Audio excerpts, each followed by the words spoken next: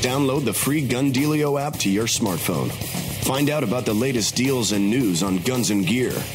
Includes the latest Gun Talk podcast and Gun Talk videos. That's Gun Dealio on the App Store and Google Play.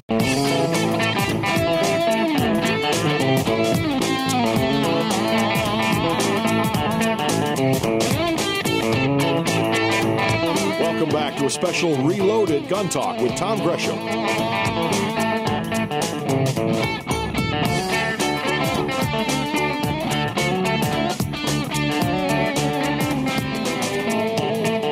Welcome back. You know, as we continue the conversation, the national conversation, it's always fun.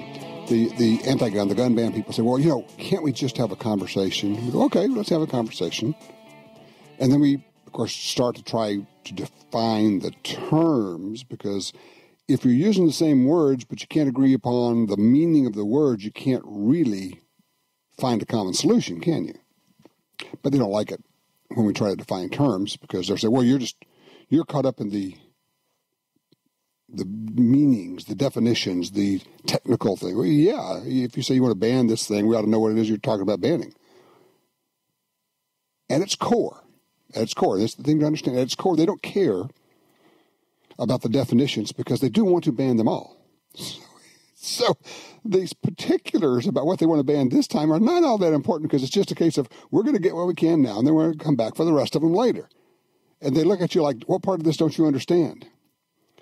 But one of the other things that's happening in the current, unique, I would offer, aftermath of the horrific madman, crazy guy shooting of students in Florida, is a real national conversation about having armed people in schools to stop bad guys.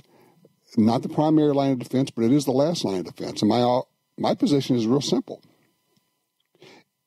If we know, and we do, that people will attack other people, it would be foolish not to have a last line of defense if everything else fails. What are you going to do? Your options are simple.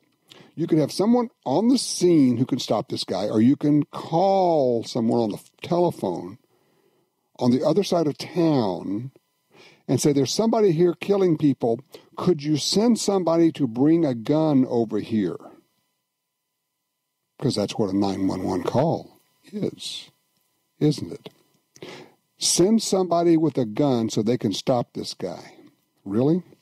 Well, in the course of all that, we get some really weird stuff going on. We start talking about teachers being armed, and they are in more than a dozen states already. We already have a track record. We don't have to wonder what if. We can just say what is, what has happened. But there's the weirdest stuff going on out there. And people are saying the dumbest things about, well, you can't have women. And that's what it ends up coming down to. You can't have women carrying guns in schools. Robin Sandoval is the executive director of A Girl and a Gun Women's Shooting League. Robin joins us right now. Hey, Robin. Hi, how are you? I am well. I don't know if you are amused or frustrated by what's going on. I mean, sometimes I vacillate back and forth.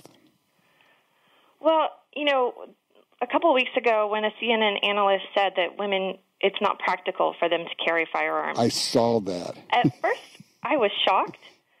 And then I thought, I just kind of felt sad for him. And, you know, in our culture today, and it tends to be people get offended. And rather than get offended, I decided to extend an invitation to him to say, clearly you're very ignorant of the fact that women are carrying.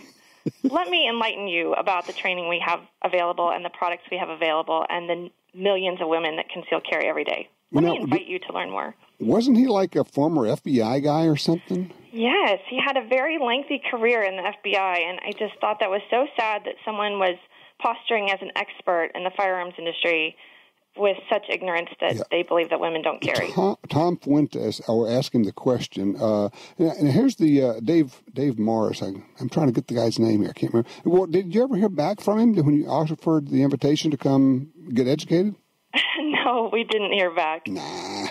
I mean, come on. Let me just give some background. For those who don't know, CNN has this history of faking stories about news, about guns particularly. As early as 1993, when we were discussing the 94 Clinton gun ban, I caught them making up quotes for ATF agents, saying that so-called assault weapons are used in all these crimes. I went down and tracked down the person they supposedly quoted. He said, nobody from CNN's ever talked to me. Oh, okay, so they lied about that. Then John Zarella, CNN reporter, fakes the stories about AR-15s, shows cinder blocks being shot. When you shoot them with an AR-15, it just tears them up. But when you shoot them with a .223 out of a different kind of rifle, it doesn't do any damage to the cinder blocks at all. Faking the story. So I'm not surprised you didn't hear it back. But for those who don't know, help me out. Well, first of all, let me back up. Tell people what a Girl and a Gun is. A Girl and a Gun Women's Shooting League is a network of women. We have events at over 150 ranges across the country, Girls Night Out at the range. We invite women to learn to shoot if they don't know how to shoot, and for those who do want to shoot, they can come out and shoot with other women, and we offer advanced and other opportunities for them in terms of self-defense training, competition, three-gun pistol competitions. We offer a wide variety of knowledge for women to learn pistols, rifles, and shotguns. So if you're a woman and you have experience with guns, you can do this. But if you're a woman, you have zero, never touched a gun in your life, but you're interested, you could contact a Girl and a Gun, and you could get started and basically have your hand held through the process. That's right. That was me several years ago. Really? Juliana Crowder. Yes, Juliana Crowder was a instructor in Austin, Texas, and she started the idea of having kind of a happy hour event at the range. It was an unintimidating, non-judgmental time for women to come and learn to shoot if you didn't know how to shoot, if you were just interested.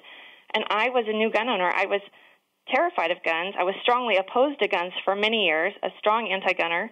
Ooh. And my husband had wanted to bring a gun into our home, and I said, over the course of 10 years, I said, no, not with 3 children, absolutely not. And it was really watching Hurricane Katrina when I saw a modern American city debilitated overnight, and I suddenly recognized the vulnerability that our cities have when we rely on infrastructure and rely on others to protect us. And I saw first responders unable to or unwilling to respond in some cases, and I realized that it was up to me. I had to be the first responder for my children. So that was the first time my mind had changed about having a firearm in our home.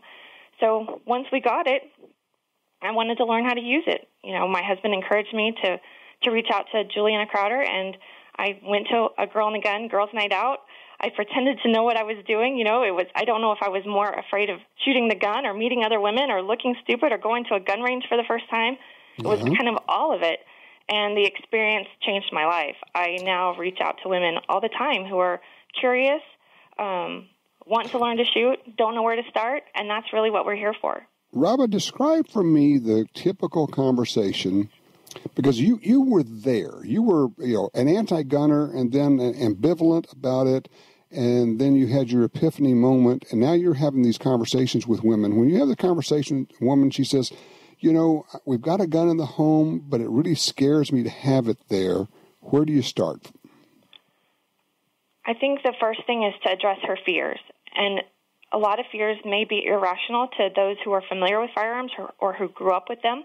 When I was new to firearms, I thought it was going to come out of the safe and, I wouldn't have control of it. I didn't realize that it was a tool to use. And once I was able to learn the mechanics of it, how it operated, the business end of it, then it became far less scary. I knew I was in control. And it really just took that hands-on time, someone explaining it to me. And that's what a Girl and a Gun is so great at. Not only are we giving these women range time, trigger time, walking them through learning the basics of marksmanship and the mechanics of the gun, but we go to dinner afterwards, after most of our events, or we have some social time where women can ask those questions. Like, how do you talk to your kids about guns? And how do you store them in the home? And how do you get your carry permit? How do you get into competition? And that's really where a Girl and a Gun is such a valuable resource, because we are just everyday women who are there to help other women learn in a casual and unintimidating environment, learn all these questions that so often men think they're born knowing, so men think the Y chromosome gives them all this gun knowledge, whereas women are really open. You mean it doesn't? Women are really open to asking those questions, and I am so honored that we are a resource for so many women who are looking to come into the firearms community and to get training. There's Robin, never been... Yeah. Hold on just a second, if you would, please. I'm going to take a quick break. We're talking with Robin Sandoval. She's executive director of A Girl and a Gun Women's Shooting League. Check it out during the break here. It's agirlandagun.org. Our number is 866-TALK-GUN. If you have a question about this, if you're a woman and you say, I'd like to know more about it, or you maybe even want to share your story about this, give us a holler. We'd love to get you on. 866-TALK-GUN. Be right back.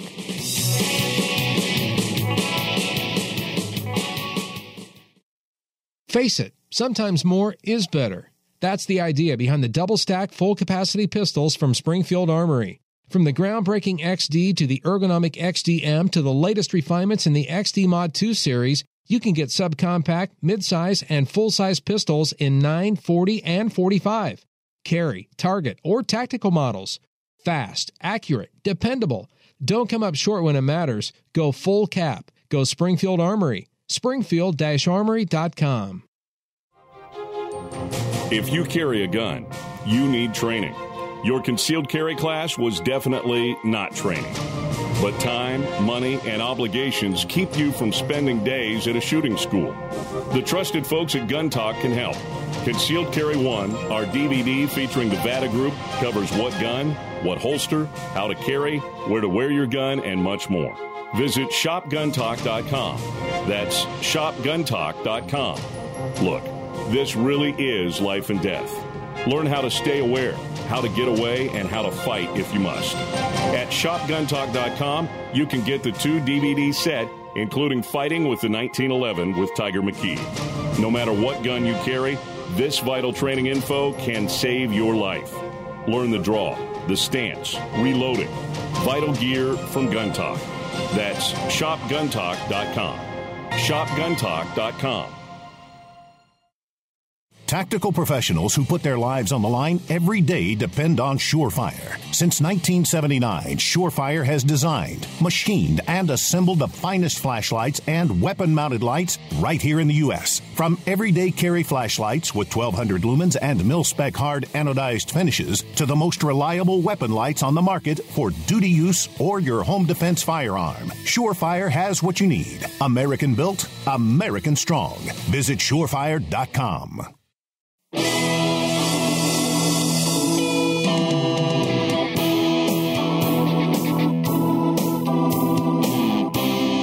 How many times have I said to all the men who've called here, I want to buy a gun for my wife? And I say, well, that's a wonderful idea. You need to give her the money and then get out of the way, because I'm sorry, you don't get to. She has to go get her own training. She has to pick her own gun. We've been saying that for years, and it keeps getting echoed. We're talking right now with Robin Sandoval. She's the executive director of A Girl and a Gun Women's Shooting League. Robin, the point I'm making here is that guys choosing guns for women often doesn't work. And frankly, the conversation, the whole Mars Venus thing is certainly true. The questions that women have about guns or buying guns, using guns, shooting guns, competing with guns, it's just less threatening. Maybe is it fair to say they're looking for a place that's less judgmental, and that's why they like A Girl and a Gun?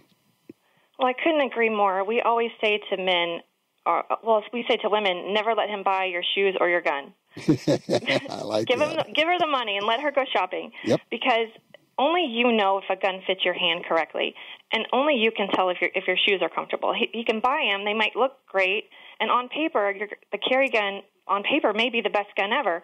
But until it fits in your hand and it works for your needs, it's not the right gun for you. And Right. any gun that you enjoy shooting is better than any gun that you don't shoot and you don't carry and you leave in the safe. Perfect. Exactly right.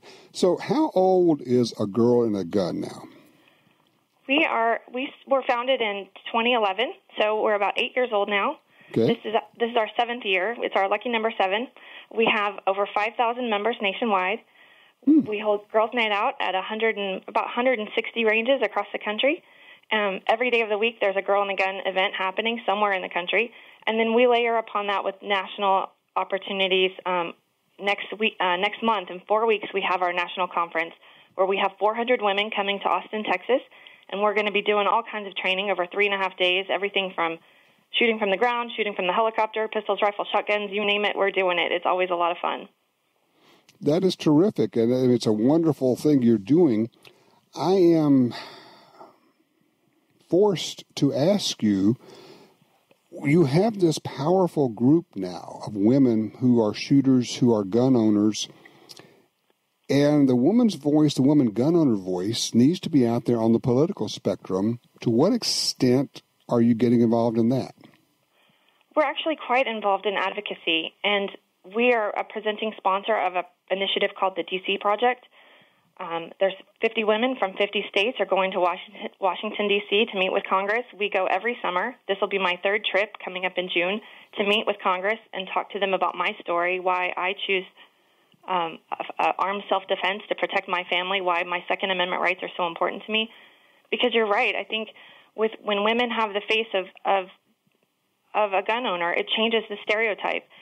And you know, when men shoot, it tends to be a hobby. When women shoot, it really becomes the crux of the family, a family value, part of the family budget, part of the family lifestyle. And women do heavily influence the next generation. So we like being out there on the forefront and encouraging people to advocate for our Second Amendment rights.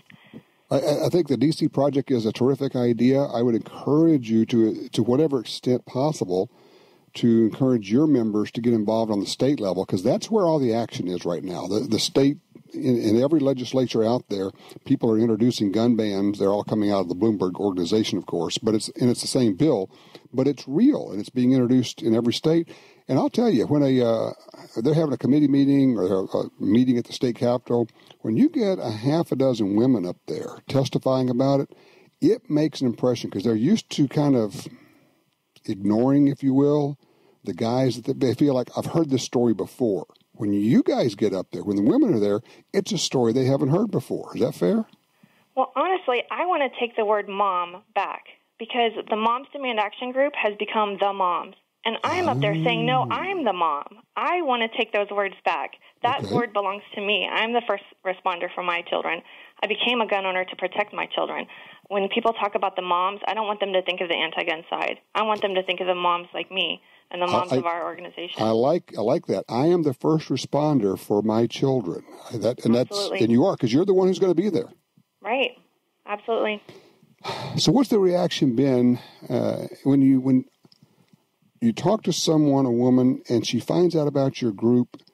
I'm envisioning that conversation when they're going, at first they're not quite getting it, and then it's kind of like, really? That's cool. Well, we kind of meet women where they are. Sometimes they're interested in learning the basics of marksmanship. Sometimes they're not yet ready to carry. Sometimes they are interested in other forms of defense. And really we say, find your level of comfort. We know where we are and where we want you to get. But if you're just about, if we can just get you to be more situationally aware, that's the first step. Look over your shoulder. Put your phone down. Don't leave your purse in your shopping cart. If we can just get you to pay attention, that's the first step. Then we start talking about, what tools do you have in your toolbox? What are you comfortable with to protect yourself? Then we'll learn the basics of marksmanship. Then we'll introduce you to concealed carry and armed defense. But we really meet women where they are, and we let them ask questions. We don't pass judgment to say, well, if you're not ready to carry, in the chamber, then you can't be part of our group. We say, where's your comfort level? How can we encourage you and empower you? Because what we see is when women's groupings get smaller on the range, their confidence gets larger in all areas of their lives. That empowerment translates into so many areas. That's really interesting. When their groups get smaller on the range, their confidence gets larger in all areas of their life. How does that happen? What's happening there? Oh, I see it all the time. There are women who say, I never would have done something had I not been feeling more empowered from shooting. Going to being with these other women, being part of a community that's supportive. One example is I had a woman that came to one of our events one time. We had a weekend event out at the NRA Whittington Center, beautiful facility. And we had a retreat weekend. And this woman came, she was newly divorced, kind of lost in her life, wasn't really sure, what direction she wanted to go. And she was feeling really depressed. And she had never shot shotgun. And we did a natural terrain 3-gun stage. And she found out she was a great shotgunner. She was natural at it. She would never have tried it, and she loved it. She went home a different woman. She said that she leads a Girl Scout troop. She took the girls bowling, and she said, I never got up to bowl because I didn't want anyone to look at me. But I figured, you know what, I'm going to try it. And I found out I'm a pretty good bowler, too. And not only did she become a certified instructor, firearms instructor, She was the first one to get a merit badge program for the Girl Scouts of America in marksmanship. Oh, wow, So that's terrific. Not only are we changing women's lives and giving them empowerment and giving them women to cheer them on, but we're seriously changing the future. That is so outstanding, and I am encouraged. I have been saying for so long that we need a lot more women firearms instructors, and anything you could do on that level is huge. We're actually launching our own Girl in a Gun Certified Trainer program this April. Tatiana Whitlock is our Director of Training, and we have our curriculum that kind of complements the NRA instructor curriculum, but is different. It's geared just for women. It's a first program for women by women. Mm-hmm. And we're going to have all these classes that are available to women. Really, the entry-level shooter, that's really kind of our heart mission, is bringing her in and getting her trained, creating confident and educated consumers so that she can go to a gun range and know what she's talking about. That's really where our heart mission is. How about young girls? Yeah, we have a thriving junior program, too. There's a lot of times when we have a lot of junior competitive shooters, mm-hmm. and it's definitely a family activity. We have a lot of families involved in the shooting time at the shooting range. Robin, I'm so excited about what you're doing. It is such a wonderful thing. You're changing lives. You're giving women a way to get over a fear. And fear is debilitating, and it's a horrible thing to have in your life. And if you can, as you said, the knowledge just makes the fear evaporate. You're just doing a wonderful thing there. Thank you. No, congratulations. I am so excited about it. It's called A Girl and a Gun Women's Shooting League, and I would encourage anybody, if you're a guy, encourage the women in your life to get involved, agirlandagun.org, and at least just start the process. Robin, again, thank you so much. Congratulations on everything you're doing. Great. Thank you for having me. You bet. You take care. Yeah, there's a program you can get behind. And I've seen it before, the whole life-changing thing. They come away and go, I can do this. I know this was hard or it was scary, and I had somebody to lead me through it. It's basically like having a guide that takes you through the whole thing. And that is a wonderful project. That's, well, congratulations. By the way, if you're a woman shooter, they need instructors. They need people to help. We need more women instructors out there anyway. All right, open lines for you now, 866-TALK-GUN. What's the most outrageous thing you have seen in the media about the park gun shooting and teachers with guns and all the rest? I mean, it's kind of a tough choice, I know, but let me know what you think.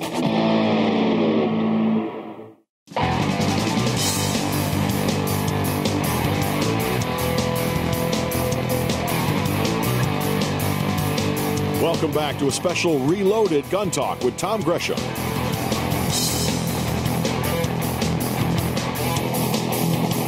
Our article in the Washington Post. The NRA and its allies use jargon to bully gun control supporters. What they do is, it's an interesting tactic. They're saying that we, gun owners, require them to use precise language, and that is unfair. And so they have a name for it. They call it gun-splaining, a variation of the mansplaining charge. By giving it a name like that, what they do is they are attempting to give the gun ban groups the ability to shout you down when you try to explain, no, a barrel shroud is not, in fact, a shoulder thing that goes up. And they can say, stop that. You're trying to gunsplain me. It doesn't matter. Well, yeah, it does matter. It is, in fact, the heart of the whole thing. If you're trying to have a conversation about any item and we can't agree on the definition of the words we're using, we can never have a conversation, can we? By the way, I was tinkering around with my Blink cameras the other day. They're the ones, little bitty things about the size. If you are... You may not be a smoker, but you may still remember how big a cigarette pack is. They're about the size of a cigarette pack, or if you will, maybe a deck of cards. Run off the batteries, run off the internet. It took me a while to get our internet going again after we got the house rebuilt after the fire. But now we have internet, and it's all working, and I can use the Blink cameras from anywhere. From Germany, where I was last week for the EWA show. And can check video, I get alerts, motion detection, all of that. simple as it could be. Really easy to use, the Blink cameras.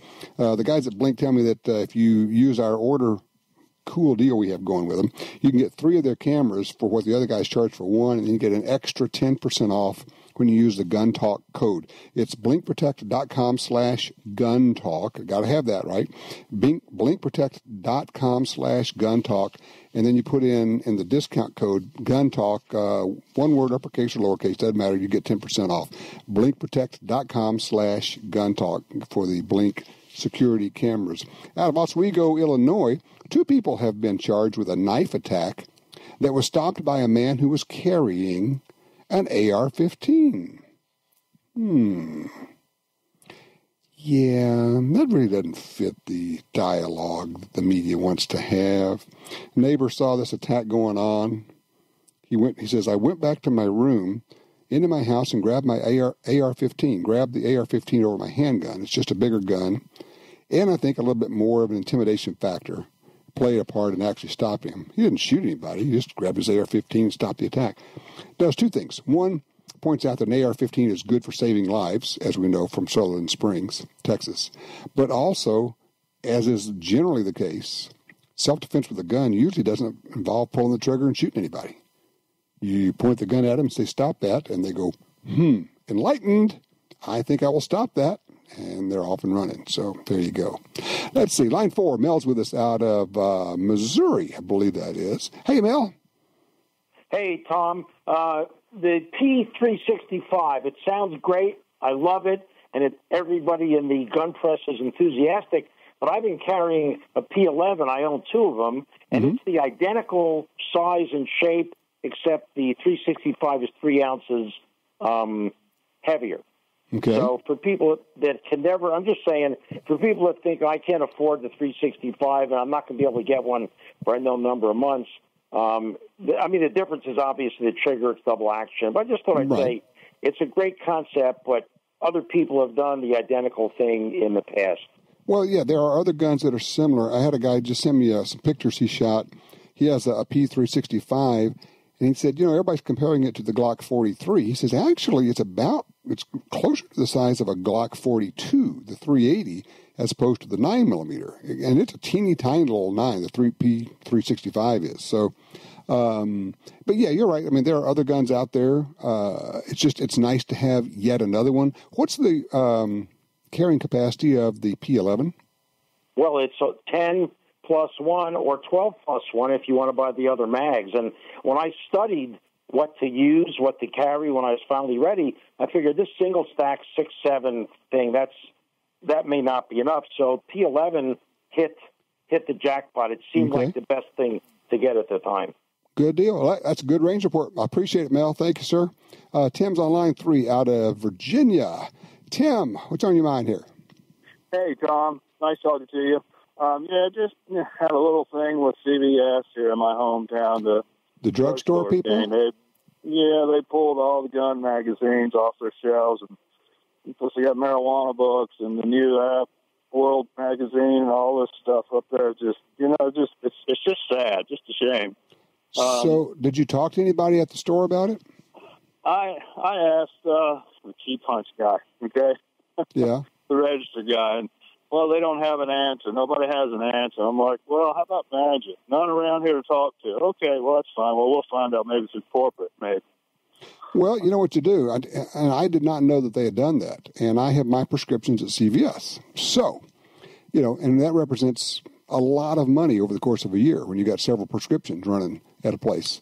I'm going to look at my local CVS store and see if they have, in fact, pulled the gun magazines off. If so, I'm going to ask to speak to the manager. If they say he or she is not available or not there, I'm going to say, well, here's my phone number. Have the manager call me. And I'm going to say, what happened? And have them try to explain it to me. I'm going to say, well, look, here's the deal. I'm going to transfer all of my prescriptions, all my wife's prescriptions to another facility, another store, as long as you have decided that we, gun owners, are objectionable and our pastime, our legal, lawful, safe pastime is not something to be seen in public. You are trying to shame us with this, and I'll just do that. To heck with that.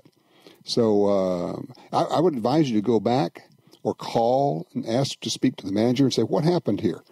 And then if they say, well, we're just, we don't think it's appropriate. You say, well, cool. I don't think it's appropriate for me to spend money with you guys, so I'm going to be moving all of my prescriptions to another facility and go that way. Absolutely. All right. I appreciate the heads up. And look, if you get a conversation with them, let us know how it goes, okay? I certainly will, Tom, and thank you so much. Like I told Michelle earlier, your call center, I love all you guys. I just recently started getting your podcast because I caught your show one evening on the way home from work. And I was like, who is this guy? Who are these people, I've already bought a couple of new guns and everything. I'm like, I really like this. It's a good family here, good family feeling. And I appreciate you guys for everything you do for everybody here in this country. Well, I appreciate it. We look up to you, and we just, without voices, we have nothing. Well, I appreciate that. I would encourage you, if you have not done it, I know you may, whether or not anybody's a Twitter person, but to go on Twitter and follow me on Twitter. I'm at Gun Talk. That's how they do it on Twitter, at Gun Talk, because I'm sending out information every day, usually several times a day, on articles that are coming out, news that's breaking, a lot more than we could possibly get out here. If you can follow us on Facebook, just look for Gun Talk Media, and on Twitter, I'm at Gun Talk. Sign up for the newsletter. It's free also over at guntalk.com. I appreciate the call, sir, and welcome to the family. This is wonderful. All right, got to run. 866-TALK-GUN. We'll be back in just a minute. You can give me a call right now. We'll talk about pretty much anything that's on your mind. 866-TALK-GUN. Crimson Trace announces Laser Guard Pro, designed for today's most popular concealed carry firearms. Combining a red or green laser sight with 150 lumen light and featuring instinctive activation. Laser Guard Pro takes personal defense to the next level. Available now for the Smith & Wesson Shield. Visit crimsontrace.com to find a dealer near you and to learn more about why Crimson Trace is making laser sights standard equipment. You like free stuff, right? You like good deals, and you want more guns, ammo, and accessories. So get all of that with the free smartphone app, Gun Dealio. With Gun Dealio on your phone, you'll get special offers and deals when you walk into a gun store. Plus, check it anytime for hundreds of deals and offers. Who wouldn't want that? Gun Dealio at the App Store and Google Play. GunDealio.com. Your everyday carry advantage. The new M&P Shield M2.0 pistol from Smith & Wesson has the enhancements of the M2.0 line with aggressive grip texture and a crisp and lighter trigger pull. Extremely thin and lightweight, you can carry it all day. Also available with an integrated Crimson Trace laser in 9 or 40. The M&P Shield M2.0. Visit smith-wesson.com. Hi, this is Tom Gresham from Gun Talk. America is losing critical wildlife habitat at a rate of 1 football field every hour. It's happening on the Louisiana coast, but it's critical to all sportsmen and conservationists. These precious wetlands provide winter habitat for more than 10 million ducks and geese annually, waterfowl that migrate north through dozens of states. Don't shrug it off. Get involved. You can help. Visit vanishingparadise.org. This is Jeff with Black Hills Ammunition. Our Honey Badger line was designed in cooperation with Lehigh Defense. It's a product of my 37 years in law enforcement and 35 years in ammunition manufacturing. This bullet is the future for self-defense. It's what's in my weapon right now. I think that is the ultimate testimonial, when a guy is willing to stake his life on it. For more information, visit the Black Hills Ammunition Facebook page.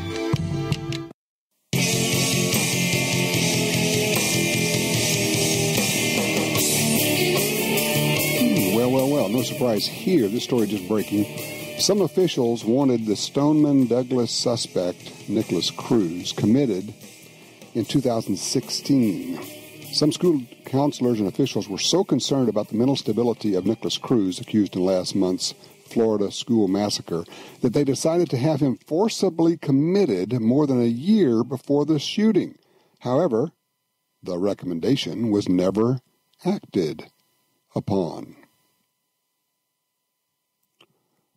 Where's the responsibility in all this? Dozens of people knew about this problem. Dozens of people knew he was violent and dangerous. The police knew. The teachers knew. The administration knew. The kids knew. No one did anything. But we need to stop selling certain types of guns to law-abiding people, because that certainly will take care of the problem of homicidal maniacs who will use anything to kill people.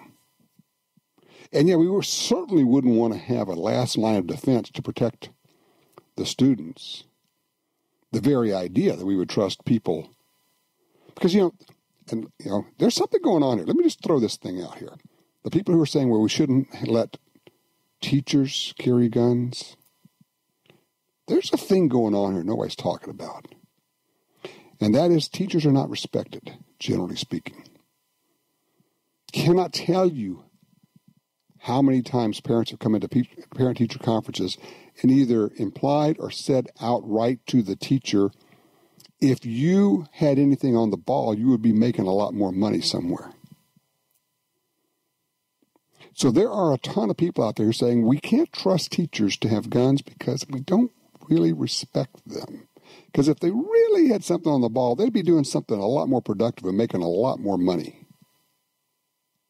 That's one of the underlying currents in this whole we can't have teachers as the last line of defense to protect our children. Now, make no mistake, no one I know of, no one I've heard of, is saying we should require teachers to carry guns.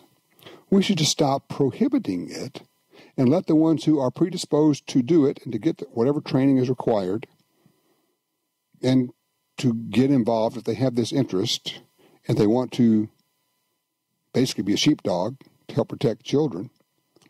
We ought to get out of the way, get the laws out of the way, let them do that. At least makes sense to me. All right, George is with us on line 2. Hey, George, what's up? Things going today? Well, good. What's on your mind? So, anyway, even though I live in New York, I'm listening through KTGO, I got to mention. There's a couple of things going on. We just had a woman in the New York State legislature that decided that the best thing they need to do right now is pass a law that says you can't have any kind of gun raffle in New York State. So that's obviously going to shut down a lot of the Friends of the NRA dinners and a lot of the groups that have gun giveaways where it's gun or cash as a Ducks Unlimited raffle prize. Yeah, all the Ducks Unlimited banquets. Yeah, and so that would, I mean, you could still have them, but you couldn't give away a gun as part of the prize. But so that will really hurt their fundraising. Yeah, and that's the whole thing. I remember when our original New York State assault weapons ban passed, the first guy up after it got over, he said, "This is a good start, but we hadn't gone far enough." But one other thing, something you had mentioned earlier, we need more people on a local level calling in the radio shows, writing a letter to the editors, and that kind of stuff. And you need to know what you're talking about. You need to know your law. You can't just call up somebody and say, well, that's an infringement on my Second Amendment right. You need to know some of the case law, and you need the law. Because, I mean, you're right. And let me jump in because I'm running out of time here on this break. You're exactly right. You need to be able to present your argument in 2 sentences. If it takes more than that, don't bother because you're not going to get it. And to say it infringes on my rights, they're going to say, yeah, and we want to do that a lot more. They're not impressed with the fact that you think this infringes on your rights. I mean, even though you're correct, you have to have an argument that is persuasive. That goes back to what I was talking about. We have to quit saying we're right, and we have to say things that get their attention, like women will save lives. Moms are the first responder for all their children because no one else is going to be there when they're attacked. When you say those kind of things, you win.